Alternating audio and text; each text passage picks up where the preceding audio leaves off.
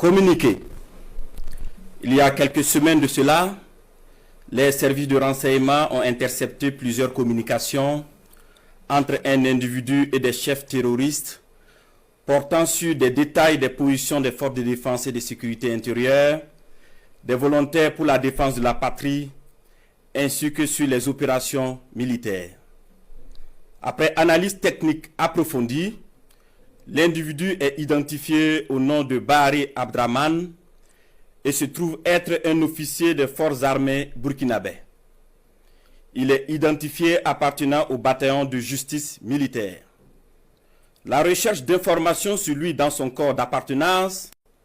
va permettre aux agents de renseignement de découvrir que l'officier est en situation d'absence irrégulière depuis quelques semaines et fait l'objet de procédures pour désertion. La surveillance des communications du lieutenant déserteur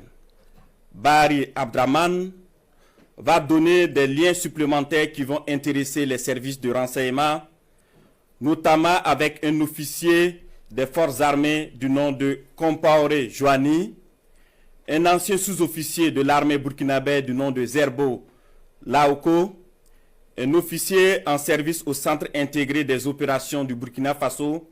le commandant Ouedraogo Frédéric, un officier des forces armées en stage dans un pays européen, mais déserteur depuis un bout de temps et ayant rejoint Abidjan du nom de Kaboré Constantin.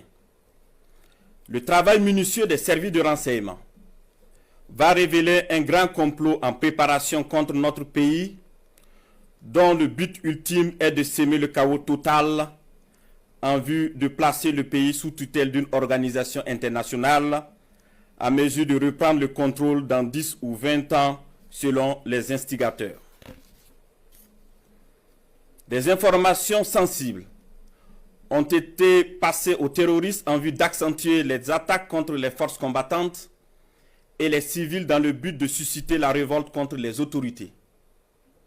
Aussi, d'autres stratégies ont été développées pour désorienter les services de renseignement afin de les amener à faire des arrestations massives au sein des forces de défense et de sécurité intérieure et espérer ainsi créer des frustrations et un sentiment de peur. La manipulation est menée également